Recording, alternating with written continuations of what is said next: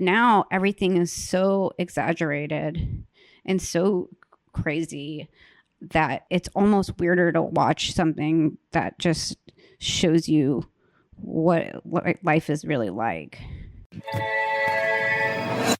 All right, Alex, thanks for coming out. Hi. I'm glad we could finally get this done. Welcome to the Justin Murphy podcast show. Appreciate it. Thanks for having me. Thanks. So TFW was a fairly difficult movie to make. Obviously, it's very hard to make interesting, independent, original content today. What I'm curious about is, after the difficulty of producing TFW and bringing that to market, and, you know, in this contemporary political context, what drives you to, you know, line up to do it again, right? To yet again push through and make another, you know, difficult, somewhat controversial or provocative movie? Like, what is that underlying drive that makes you want to do these films that are hard to bring to market today, despite everything?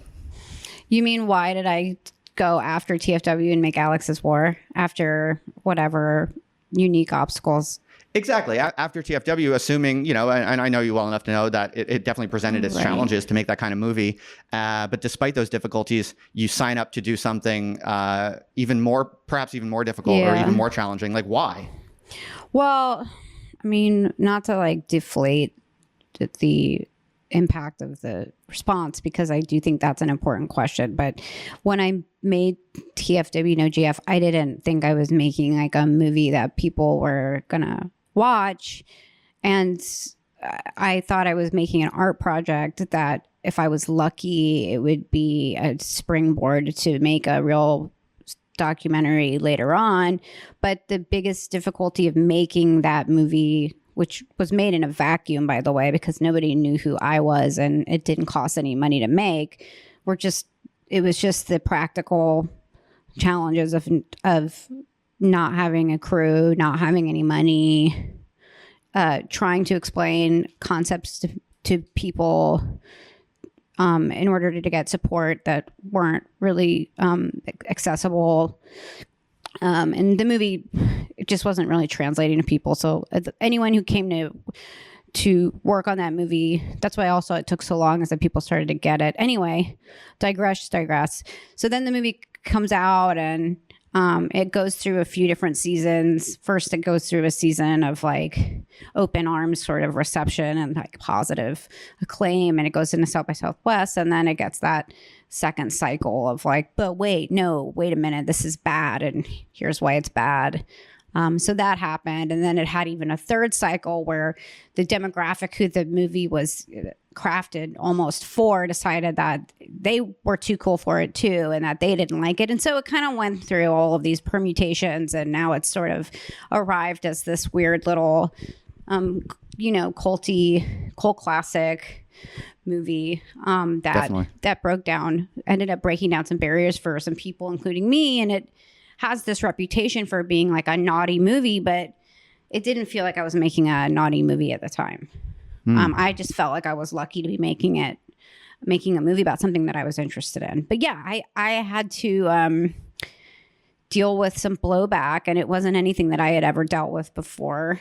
And I don't think I think people do deal with it now in sort of micro ways in their everyday lives all the time, if they're even online or on Twitter or anything like that. So I'm not a crybaby about like any kind of fallout from that movie, but I did get sort of put in the corner. I got kind of put in timeout for being this like bad kid. And that was really interesting to me.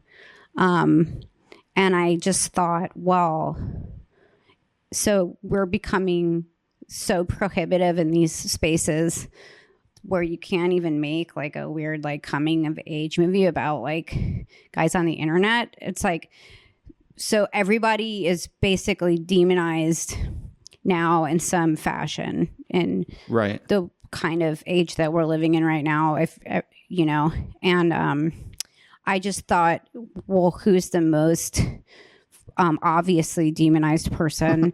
And if I made a movie about somebody as famous as Alex, I think I could it would have this reverse effect where it would actually shield me from any like level of criticism, because he's so like larger than life as compared to the subjects of my other movie that I actually thought that it would shield me from criticism, but it would still get people talking in the same way about how we view these controversial topics. Right. So when TFW is all said and done, though, and you're at home thinking about what to do next, I see the appeal to what drew you to Alex Jones, but surely some part of you is thinking, oh man, maybe would it just be easier and nicer to do some cookie cutter thing for my next one? Like what is the underlying, why not do that? I think a lot of people would just be like, oh, this is too stressful doing provocative stuff. Now let me switch to a cookie cutter thing, advance my career a bit. Like what is it inside of you that makes it feel worth it to keep pushing the limit? Because nobody would want to watch that. And it's really hard to make a movie, whether you have $1,000 or $1 million or more. It's always going to be hard to do it.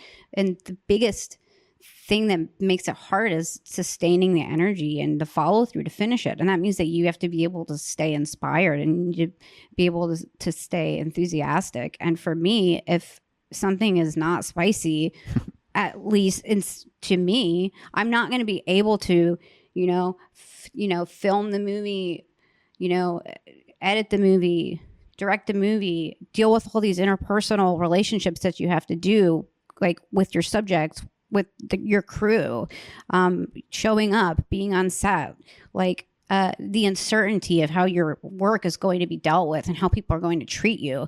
If you don't care about what you're making a movie about, then it's almost impossible to get it done because it's just so much work. Yeah, it makes sense. It's got to be spicy enough to be interesting to you. And I mean, the principle applies to maybe like most things in life. I mean, why does anybody do anything? Like, and people go to like their shitty jobs that they hate doing and they don't do a good job and they get fired. And then, it's like, do what you love, right? Totally. Were there particular lessons you learned during TFW and navigating all of that about how the media world works, about how to successfully push through controversial work? Were there lessons learned that enabled you to, be more confident or navigate the Alex Jones documentary more swiftly or, aggressively? The biggest lesson I learned, and this is probably the lesson that anybody learns when they step into any kind of anything that puts them in the public eye, is to be less open and to protect yourself. And I don't mean that in like a necessarily like a negative way, but I just think I was just a really naive when I made that movie, and I developed like a thicker skin, and you get in this 4D chess mindset. So, about how things are going to be perceived and how you're going to be perceived, and, what you should say and how it's going to live on the internet forever and things like that. Not that I've really done. I mean, I haven't really done anything that radical. The most radical thing about me is totally out in the open, right? Which is just my work. Sure. And maybe some of my like associations or something. But you learn to be more guarded, more protective, more professional. More professional. You learn how to be more professional, and you learn that actions have consequences. So, but like I said, like I didn't think that movie was going to do anything. So, it was like it was a great gift, but especially when you're dealing with somebody like Alex and all of like Alex Jones and all the activity, the really serious activity swirling around him, and it's deadly serious shit. It really keeps you on your toes, and you can't do what I did on TFW No GF, which is basically just go like party with Twitter accounts. Like, this isn't like that. It was like you had to take it pretty seriously. Right. So, it taught me how to be a pro, I guess. Yeah, makes sense. And what is the key to convincing a high profile figure to do something like this? Not necessarily to talk about Alex Jones, but more abstractly, the more abstract question of, getting people who are in the limelight who maybe are already somewhat guarded. How do you convince someone like that to do this type of documentary? Well, it's like Robert Greene says, you always appeal to people's self-interest. You don't appeal to their sense of charity, ever. But it definitely helps if you can influence people through obliquely through other people, obviously. I mean, I didn't just get Jones to agree. Like, it's not like Jones watched TFW and was like, "Oh, it's a great fucking movie. Like, I want to work with this person." Like, that he's still never seen that movie. He'll never see that movie. I don't care if he sees that movie. But when you know somebody who actually did have the time to watch that movie, or does, or if you get to spend, I basically was able to spend time with people that he did respect, and I knew people that did respect him, and I got them to put in a good word for me. And I didn't get them to put in a good word for me through any dubious means. The only means that I used were showing that I had a work ethic and a good reputation. There's no substitution for a good reputation, and you should guard your reputation with your life, especially when it comes to your work.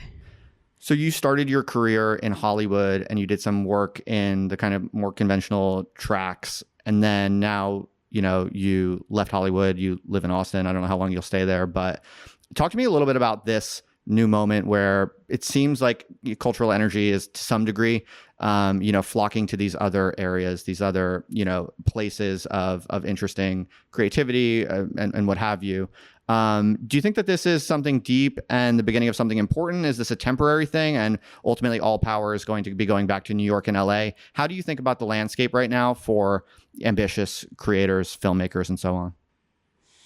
Well, this is something that people have been talking about for a few years, and everybody's been waiting for this, for, I guess, the quote unquote vibe shift or whatever. I don't know how much of the vibe shift has to do with actual culture in terms of people's shifting interests, as much as it just has to do with money and who's paying for what. And that's what's going to guide culture always. So if you see people talking about a certain thing, you can almost always bet that somebody is helping to pay to raise awareness about that certain thing. And of course, there are times when there are movements that are, art scenes that start off organically enough, but, whether or not they're able to breach the greater cultural consciousness has to do with people who are in positions of power that can help do that. Right. But just from your position in all of it, do you see Hollywood is going to go away and just become irrelevant? No, I don't think so. I think that Hollywood is irrelevant right now because they're confused. And they're not on the vanguard of anything. So they're still lagging behind, and they think people want one thing, but that's not actually what people want. But I think that there will be variations, tamer variations that will, that will infiltrate maybe their way into Hollywood, and even maybe there are institutions like studios that are even a little bit corruptible at this point, especially if they see companies like, the Daily Wire or some of these conservative companies, which are actually able to make a lot of money and make a lot more money than they're making. I don't necessarily think that they're going to want to tap into those conservative audiences. I think they might be fine to just leave that segregated. But I do think that money matters to them ultimately. So you might see some of this, new wave culture stuff make its way over into Hollywood. But by the time that happens, people who are on the forefront of this stuff, they might have already moved on, and it might not even be cool anymore. Right. So it's almost like, in your view, it sounds like Hollywood, you would admit, is a bit stuck right now. They're just going to be 5 steps behind. Right. But you do think that according to your view, this weird new stuff that is happening outside of the coastal centers is ultimately going to bubble back into the greater powers of Hollywood, and Hollywood is going to be this stable, sustainable epicenter of cultural power, it's just going to be a little behind schedule. Well, I mean, you already see it. I mean, you already see like celebrities go on their press junkets and like talk about Red Scare or something like that. I mean, I don't think that that's going to go up to like the top of the studio heads and they're going to start being like, you know what, but I do think that they're not going to leave this shit on the shelf. But in order to do that, they're going to have to kind of navigate simultaneously these landmines of this other world where everything is racist and everything is taboo and, you know, everything is Trump. And I don't know what's going to happen with that stuff, because I always feel personally like it's starting to dissipate. And then it becomes refreshed anew. Why? Because of people in these, you know, who have the money to pay for you to make you afraid of it again and again. And, you know, just in time for an election season, usually. Yeah. It's interesting. So how would you advise younger people who want to make, you know, provocative original artwork, you know, let's say whether it's a documentary film or something else, you know, do you think that in the current moment, it makes sense to pay your dues in some kind of institutional track and then break off and be provocative? Or should you start on the margins, be wild and crazy outside of institutions, and then just make something remarkable enough that it earns recognition? Well, I don't think it necessarily has to be in an institution, but there's definitely no stand-in for experience. I don't think entitlement is ever especially useful. That being said, that experience, you can give that experience as a gift to yourself. You don't need somebody to give you that experience or get permission from anybody. You need to just take that step and you need to just do it. And then you will earn that experience and there will be setbacks along the way. But I didn't learn how to make films from anybody, and I certainly did have people hire me to help them along the way, but I was usually relegated to being like, you know, an office girl or something like that. So I was able to sort of glean little tidbits here and there just from being in that world. But when it came time for me to really like create something that I was proud of, I just had to do it myself, and I did. But there were a lot of times when I tried to do stuff myself before that I never finished, or that like fell apart, or that I like gave up because it was too hard. And I could have just given up and moved on and kept on being like a bartender or a secretary, but I didn't. So all those failures actually added up to a lot of experience. Totally. So it sounds like you don't think it matters that much whether you decide to get an entry-level job in Hollywood or you just do some DIY thing. The main thing is to get experience, to do shit, and to learn while doing, and it doesn't matter so much which track? I think you can get just as many, like the same benefits that you can get from going and working at a Hollywood company, you can get from just like going to parties or something. I mean, I have such a crazy amalgamation of experience from working in big Hollywood companies, not big Hollywood companies, but studios and advertising. And I mean, I tried all of it. I tried everything. But the most useful thing that I ever actually did was go and take a Final Cut Pro course at the Apple Store one weekend. And that was the best thing that I ever did. And then, you know, I did make a lot of connections through work. The people who are going to help you are not the people who you expect are going to help you. Say more about that. And they're not always going to be the people that you like work for. And like, because here's the thing, if you're somebody's like assistant or something and or if you're like their editor, they don't want to like raise you up above them. They need you to do what it is that they need you to do. So, although I did have Adam Lowe, who I talk about a lot, who was a director who actually did help me later on. But I worked for a lot of other guys that didn't do shit for me, you know? Yeah. So, and those guys, it's fine because I still learned a lot just from being in that atmosphere. But I think that I probably And I don't believe in regrets, but I think I did probably waste a lot of time working for other people. And I think some people just have a strong work ethic and they have a vision, and those people will succeed, and other people will want to come with you. And they will want to help and be a part of that.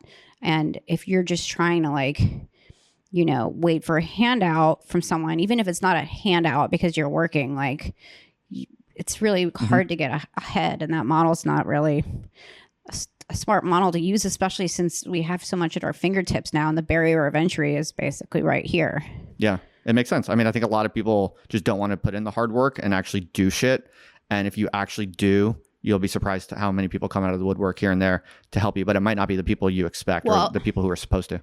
Well, how many people, especially for me now, or throughout my years, people are always like talking about like their film and like their film that they're going to finish, and like, will you watch my film? And, you know, I'm trying to figure out this one thing for my film. And it's like, well, if your film's not important enough for you to finish it, why is it important for me to watch it? You know? Yeah. And it's like, I get that people have projects, and I certainly do too, that I bailed on or like that I let sit. I was like, oh, I'm going to get back to that. Like, I'm going to finish that. But the truth is, either it's not that interesting to you, or, you know, if it's not interesting to you, why should it be interesting to other people? Yeah. And if you have to force yourself to do something, then maybe you're not aligned with it, or maybe you need to delegate to somebody else. But I just think that I can't imagine having like a project where I'm not just working on it every day until it's complete from the idea. But I'm like really obsessive too.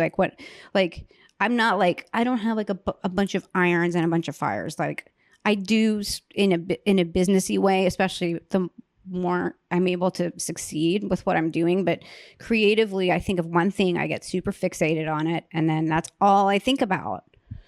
And it makes me like a really boring person, because that's all I want to talk about. That's all I want to think about. And I get really single-minded. But you're very focused. And I think you're right that that's an important trait of yours that I think explains why you've been able to do what you've done. Because a lot of people are always working on like 5 or 10 different things. And it's hard to really push things forward, especially if it's provocative and is an uphill battle to, you know, get people to accept it. You kind of have to do it, like put a lot of your eggs in one basket, don't you? Yeah, I mean, I'm sure that there are people who can work that way and that they have a different working style. But for me, like, especially because I'm such a control freak too, and I mean, I want to be right in the center of everything from beginning to end with my films. And maybe I will chill out and become a person, like a more of a like team player or whatever. But I just believe that if you want something done right, you should do it yourself. That's not to say that, like, I think going forward, in fact, I'm going to get people, especially people who are better camera people than me, you know, as much as like my like shitty cam, not that I don't have other camera people that work with me, but if you know, like the shitty shaky cam, that's me. And that is like a part of my aesthetic. But I think there are certain things that people are better at than I am. And I need to bring those people in and give them more of an active role. Well, I think those are all really interesting lessons, though. What you were saying about focus, about just getting experience, just doing it, about being confident enough that you actually draw other people to be interested in you. I think that all makes sense. And the reason I ask, I think, is because I think in our generation, you are a really impressive example of someone who's been able to push forward provocative work. And the reason I find you particularly interesting, Alex, is because documentaries and films more generally are hard to make, right? They require a big chunk of money to be able to execute them. And you actually do have to convince at least some people to be on board. Whereas, you know, I'm a writer, and people who do other more kind of cheaper forms of work, it's a little bit easier, frankly, to be truly independent, because you don't need a big budget to be writing a lot for a year. So yeah, that's why I ask these questions of you. And that's why I think the audience should, you know, take your insights and take your lessons seriously, because clearly, you know, you're pulling off something that a lot of people aren't able to pull off right now. The biggest thing is just not waiting for people to help you. And I know that sounds really depressing, but like not waiting for permission, not waiting for people to help you, and not being discouraged if people don't get it. Because especially with TFW, like trying to explain that to like normie people in Hollywood, like they thought I just had lost it. Like they just thought it was such a dumb idea. They thought I was making it up. They thought I was like just making up a pretend concept. And in some ways I was, but because, it's sort of it's kind of ephemeral kind of a concept. So, but I just had to just not give a shit about those people. Right. I mean, the biggest, most important advantage that you can have in this life is just having a strong work ethic. Yeah, totally. I buy that. What is your favorite documentary personally? Well, I mean, there's different kinds of documentaries. Sure. But I really, Paradise Lost stands out to me as like maybe one of the most insane pieces of filmmaking. I'm afraid to say I haven't seen it. Give us the TLDR and why do you love it? It's sort of a cliche now because it's so famous, but especially now because they rehash it in a lot of like modern pop culture stuff. But it's the movie about the West Memphis Three, the goth kids who were accused of a ritualistic murder of 3 little boys. So it's dark. Oh, okay. I might have seen in that. Arkansas in the early 90s. Right. And it was one of Joel Berlinger's first movies. And Joel Berlinger, of course, is like this monolithic, like, I mean, he's as big and powerful as a Hollywood documentary guy gets. But back then there was another, and this is embarrassing. There was another filmmaker, a director. It's co-directed by Joel Berlinger and this other man whose name escapes me right now, but I should know since it's my favorite documentary, who was on the ground in West Memphis, which is actually in Arkansas, as the murders, the aftermath of the murders was unfolding, and he was able to get to know the parents of both the accused and the victims, and it was just during a time when there weren't a lot of cameras around, in a place where there weren't a lot of cameras around, and everyone was very unguarded, and the characters were so strange and like larger than life, and the story of how it unfolded was so crazy. And then they let them and so then they sent out HBO, because the guy said, look, I've got this footage, and HBO sent out Joel Berlinger, and they filmed inside of the courtroom during the proceedings, and it was like this weird circus, and it was sort of clear that like the 3 teenagers like didn't do it, but they were really sort of on trial for like being goth and like being into like weird shit. And so that movie's crazy. And it's not just crazy because it's like a true crime doc. Like I don't look at it so much that way, but so that's one that I really like. But that's sort of like a dark one. Sure. What are the qualities though that stand out to you from an artistic perspective or from a creative perspective? What makes it so good in particular, if you'd had to drill down? Just that you couldn't make those people up, and it does have that kind of Errol Morris quality. Like he gets to a certain level with like Gates of Heaven.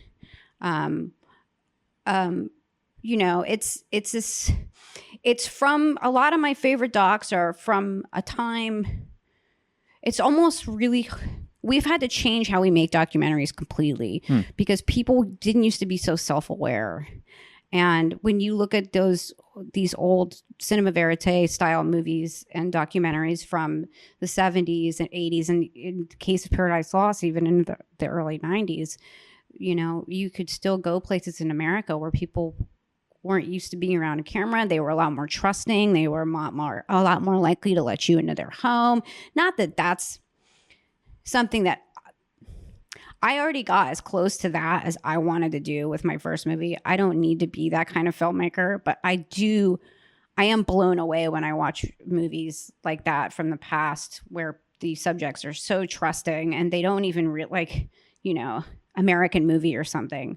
Like you could never find that guy and make that movie now. Yeah, it's fascinating. Because of the internet took away everyone's innocence. But that's fascinating when you think about it, because you would think we all have camera phones. Everyone's always taking selfies. You could think that this would make people more comfortable being on camera, but they know everyone knows what it means now. But in a way, yeah, you make a great point. Now people are less everyone's innocence has just been completely destroyed, and that's another reason why I wanted to make the Alex Jones movie after making TFW No GF, because I felt like it's asking so much of people to come into their lives that way and blow up their lives like that. And if I could work with Alex Jones, I just remember thinking, well, yeah, there's some things that are scary about working with him, but not him being scary. That wasn't one of them. But I don't have to worry about like protecting him or anything like that, because everything is just such a shit show already. Like, what could I possibly bring to the mix? I could only come here and do good. Right. Interesting. That's fascinating. And that's what that's part of what I was trying to do. I mean, good. And I mean that in a malleable sense, of like shining a light. It's interesting listening to how you think about the world and the role of documentary film. It's almost as if you see a world where innocence has been lost and the documentary form is almost like a redemptive form or something like this. Or am I making too much of it? That's really cool. I like that. I mean, I am interested in doing what I can to recapture a sense of like authenticity, because I think that people are, I mean, all of this feels like a cliche. Everything I say now about when I go on this track, which is that, and because you hear other people say it so much now too, which is that people crave authenticity. What is that? It's becoming like this mythological thing. And to me, like what it means, and I don't mean like in a folksy way, like, oh, Trump's authentic because he's like an asshole, like who like he's a straight shooter and he's folksy. I don't mean it like that. I mean, getting as close to conveying what somebody is actually like and what it's actually like to be somewhere instead of the sensationalized version of it, which is usually what you want when you are going to watch a movie. But now everything is so exaggerated and so crazy that it's almost weirder to watch something that just shows you what life is really like. How about Errol Morris? Overrated or underrated? Rated just right. Yeah. He's awesome. People get older and they sometimes established directors they lose their edge because they're surrounded by people that want to like bask in their glow and they want to tell them they're doing a great job with everything. And so they lose their edge. Like, I didn't like his movie about Bannon. I thought that was a missed opportunity, but he's one of the greats. I mean, he's the guy. Was there anything in particular that you learned from him in his work? I learned from him, especially with The Thin Blue Line, that you can make a documentary and you can make it feel like a real movie. He was like, his movies they feel like real movies, not like documentaries. Right. Wow. Yeah. Okay. How about Michael Moore? Overrated or underrated? I think he's a total shitbird, but I would be lying if I said that when Bowling for Columbine came out that I didn't like that movie, or Fahrenheit 9/11 when I was a kid, especially in the political climate and my mindset back then as just being like a regular semi-intelligent, probably like a Bush hating, he made sense within his context back then. And Roger and Me was an interesting movie too, but he's just become another one of these weird, like bitchy, lesbianic, I'm done with him. And then, it's a little bit like with what happened with like Stephen King, and it's like these low testosterone men, just let's get all these guys some testosterone shots and maybe we can start getting some work back from them. Although this is a major confessional moment. I just drove across the country and I listened to Stephen King's new book and there was no politics in it at all. And you enjoyed it? And it was fine, even though he's a little bitch. Wow. Okay. Fascinating. So, Okay, I'm trying to think. Yeah, because I actually watch a lot of documentaries on Netflix, and on Amazon Prime. But when I think about it, you're right. They tend to be true crime. It's like true crime is its own beast of a genre. It seems It's like its own thing. people love true crime in some kind of unique way or something. It seems like there's like Yeah, insatiable and I mean, demand. I could say something like really basic. Like I could say like, oh, I like, you know, I mean, and it's not basic. Like, you know, any filmmaker that's even relatively recent who I think is doing anything interesting is still not even that recent. They're still going to be like I think Gaspar Noé is really interesting, and like I think the Safdies are interesting, but that doesn't like make me interesting because that's what everybody else thinks too, you know? Werner Herzog, overrated or underrated? Perfectly rated. What did you learn from him, if anything?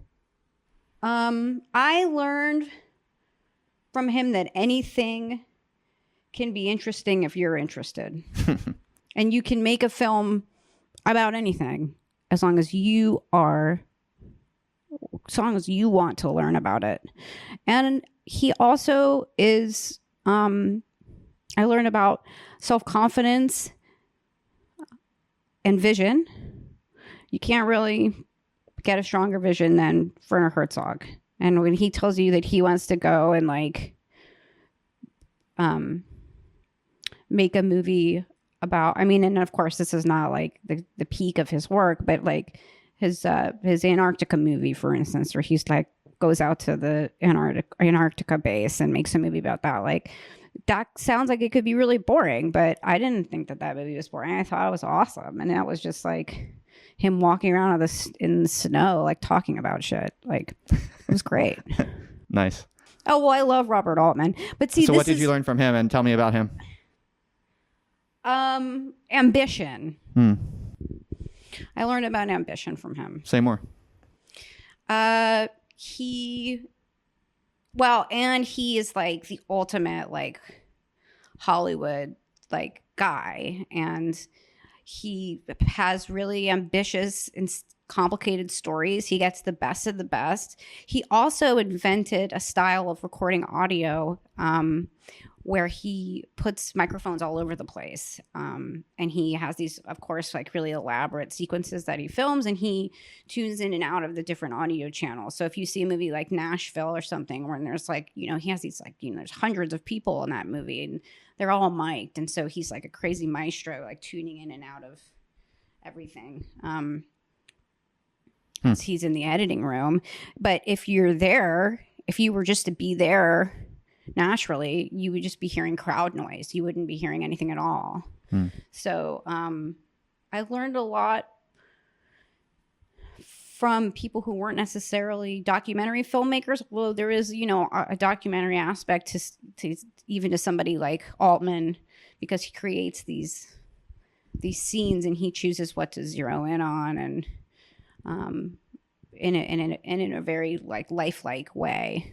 And, you know, like Cassavetes says the same as that. And little details that are everyday details that people don't usually think about. And his films drove you to be more ambitious?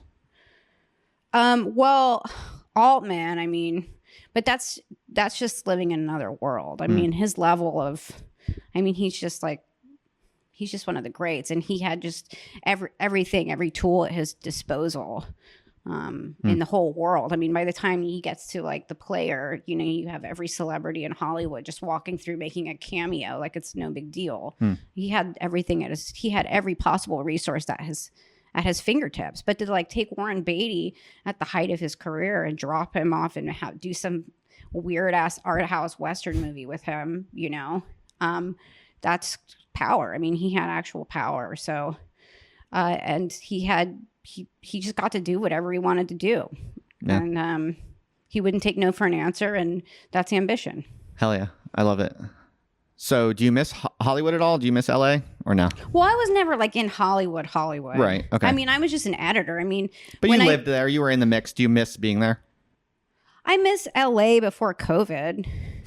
For sure. Yeah. Something happened. Like people's minds just got totally, and this is no insult to any of my friends that live in LA. It's a beautiful place. I love California. I feel a deep spiritual connection to California, but I don't need to live there, especially there's a weird puritanical kind of, I don't even need to explain it. Everybody who's not like a totally brainwashed, like, you know, soy zombie knows what I'm talking about. And how do you find Austin? Do you have any interesting observations or what you like or dislike about it? I left Austin. I moved. Oh, is it official? Yeah. Oh, you like last week. you moved all your stuff? I had a great time in Austin. Friendliest people in the world. You packed fast. Beautiful place. It's a great place for nature. I never really got to tap into the hype because I had too much going on domestically and professionally to really take advantage of Austin. So I'm kind of the wrong person to ask about it. Fair enough. I was just curious. I don't have anything bad to say about it though. Cool. Cool. But yeah, no, I'm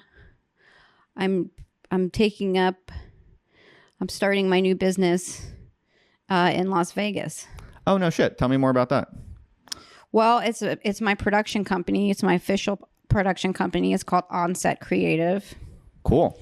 And we have a website, onsetcreative.com. So we've been working on that.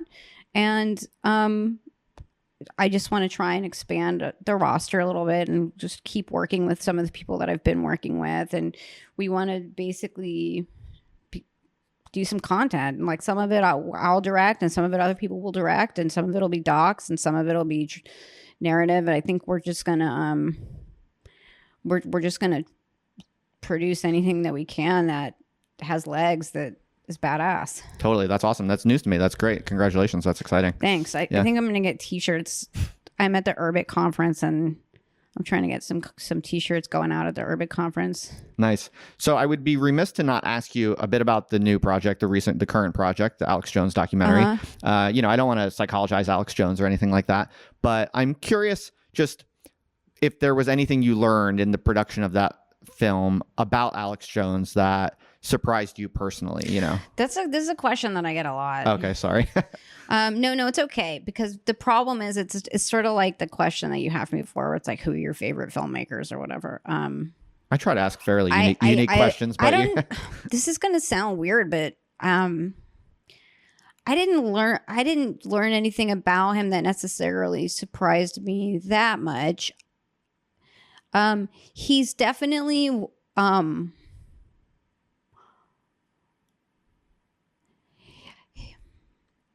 he reads a ton. He's an encyclopedia of weird pop cultural information. He runs in a lot of different circles. I guess he's a little bit more of a Renaissance man than people give him credit for. And, you know, a lot of guys that I know that are smart guys, like they have hobbies and stuff like that. And so I shouldn't be surprised. But I guess I thought, well, this man's life is so dominated by just being Alex Jones, being himself. Like, how could there possibly be room for hobbies and things like that? And just knowing that he just carves out space to be interested in anything besides like the complete and total urgency of the shit show of his own life is pretty surprising to me. Fair enough. And did the movie come out as you expected? Or I know you go into it open-minded, and I know you have a directorial style where you try very hard to not insert yourself, not insert your opinion. But I guess I'm just... are you talking about the reception? Oh, you're talking about the movie itself. Yeah, just in the production of it at all, whether it's politically or socially. I couldn't be happier with how the movie came out. Yeah. Yeah, like in the terms of the product, the finished product, I really feel really proud of it. Were there any times where you were afraid it wasn't going to like come through? Like halfway I was through? Definitely afraid that I wasn't going to do a good job and that I wasn't going to be able to live up to it, and that it was that I had bitten off more than I could chew. And in some ways, if I had maintained that perspective, I might have proven myself right. But what I learned is that the movie took on a life of its own, and it sort of illuminated its own path the deeper that I got into editing it, to where it didn't, like, for one thing, like, people will complain that their favorite, like, Alex Jones moment or whatever, well, why didn't you talk about this, or why didn't you mention this, or, you know, whether it's people that are angry that I didn't cover like some other harmful thing that he said, or some other outrageous moment, or some other like meme type thing.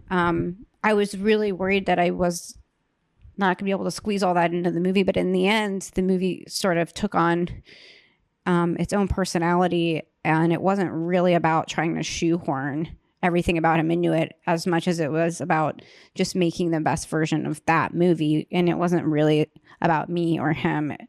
It was about this other thing that was outside of me or him. Sure. As a standalone work. Sure. But as you said at the beginning of the interview, I think you said he was like one of the most demonized people in the world. Were there any moments along the process of making this film where it was like vulnerable to maybe being canceled or something, like literally not being possible? Or were there any interesting road bumps or stories or anecdotes just in terms of navigating it as the director? Well, I got freaked out shooting around the time after the election, like leading up to J6 and going, and it felt like I felt like a real sense of danger maybe for the first time ever. And I don't mean danger from being at the marches or from any of the participants in those events. I didn't feel any danger from them. Everyone was very nice to me. And it was really exciting, but I was afraid of getting caught in like the eye of Sauron. And I was super aware that what was happening wasn't going to just go away. Right. And that it was intensifying and that it was going to get opt. Right. I knew that I could get swept up in an op. Right. But so looking at it from, I was like, fuck. Like, I'm like looking around with like, I'm like, I don't think this is going to go as smoothly as this. I mean, not that anyone cared that it was going smoothly. Like, it definitely felt like, where is this leading? Where is this?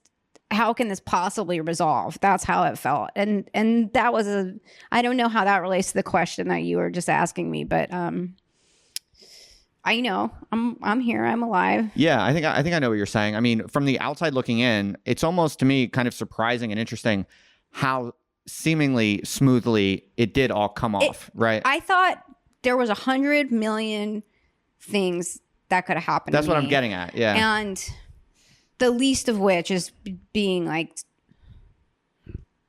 subpoenaed, right? Which wouldn't be the end of the world, but I think I don't really have anything that interesting for them, as it turns out. It's amazing how smoothly things did go, and there's still, I guess, time for the other shoe to drop. But what ended up happening after the release is that we had our premiere with Glenn Greenwald, and it was, it was splashy enough, but then the trials started, and the trials are difficult to navigate because it really strikes a chord with people emotionally, and it's a real boner killer for a lot of people. And it's not as simple as, oh, well, it's in the news, and so it's going to, any press is good press.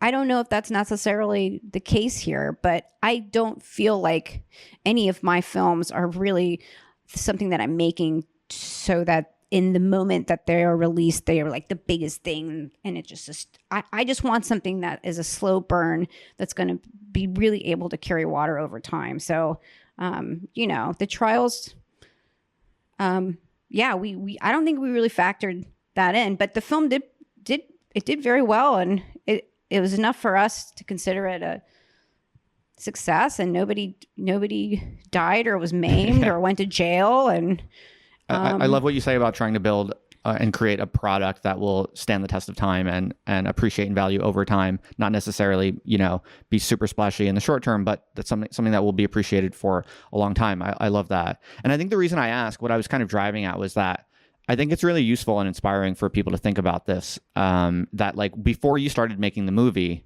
I think a lot of people would have said it's literally impossible to make a nice, well-produced, professional mainstream documentary about Alex Jones in that context. I think like before you went and did it and proved that obviously it can be done, I think a lot of people would have said, You literally cannot but do he's that. so famous. You literally, I know, I'm just saying in people's psychology, like before you show that it could be done, a lot of people, if you ask them, their honest perspective would be like, you literally could not get away with it. There's no way. And then you went and did it. You prove that you can do it. And so it's just kind of interesting to think about that. I think like what I'm getting at is what is actually possible in the world, what you can get away with creating is always so much greater than what people think is the case. Well, it's again getting back the thing that makes it possible, and it's like there's no sleight of hand. Mm-hmm. Like people will be like, "You're so good at threading the needle." That's like the thing I get the most. Like, you really threaded the needle. I'm like, I didn't do anything. I just was like, this is what it's actually straight up. Here it is. Here's sort of what it felt like. Like what shot can I use that really what did it feel like to be there, and what really crystallizes his personality? How do I really take what somebody's trying to say and put it together in the way that is the most true to what they're trying to convey? Because, people, and not take them out of context, put them in context, especially someone like Jones, who's so prone to, it's like anarchy, the way that he talks sometimes, and really whittling it down to the essence of like what his deal is.